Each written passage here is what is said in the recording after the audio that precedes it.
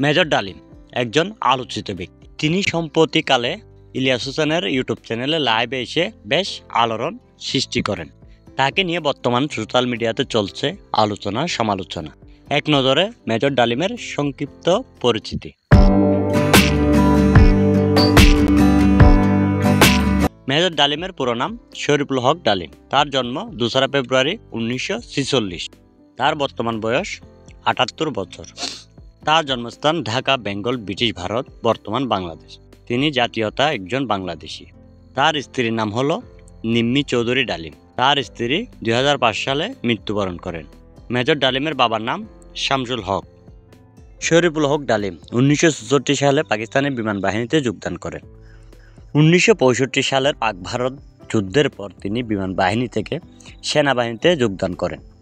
পাকিস্তান সেনাবাহিনীতে 1971 সালের এপ্রিল মাস পর্যন্ত কর্মরত ছিলেন মেজর ডালিম। 15 আগস্ট 1975 সালের শেখ মুজিবুর রহমানের হত্যাকাণ্ডের পর তাকে সেনাবাহিনীতে পুনর্নিয়োগ করা হয় এবং লেফটেন্যান্ট কর্নেল পদে পদোন্নতি দেওয়া হয়। 1976 সালে পররাষ্ট্র মন্ত্রণালয়ে নিয়োজিত হবার পর গণচীনে তাকে কূটনৈতিক হিসেবে প্রেরণ করা হয়। 1980 সালে তিনি লন্ডন হাই কমিশনের সাথে যুক্ত হন। 1982 সালে কমিশনার হিসেবে হংকংয়ের দায়িত্বভার গ্রহণ করেন। 1988 সালে রাষ্ট্রদূত হিসেবে কেনিয়ার দায়িত্ব পালন করেন। একই সাথে তাকে তানজানিয়ার দায়িত্ব দেওয়া হয়। এছাড়াও তিনি ইউনেপ ও হ্যাবিটাট এ বাংলাদেশের স্থায়ী প্রতিনিধি হিসেবে তিনি দায়িত্ব পালন করেন। এছাড়াও তিনি সোমালিয়ার যুদ্ধকালীন সময়ে জাতিসংঘের শান্তিরক্ষা বাহিনীর অংশ হিসেবে প্রেরিত বাংলাদেশ সেনাবাহিনীর সদস্যদের সার্বিক তত্ত্বাবধানের বিশেষ দায়িত্ব তিনি পালন করেন। 1995 সালে তিনি সরকারি চাকরি থেকে অবসর লাভ করেন।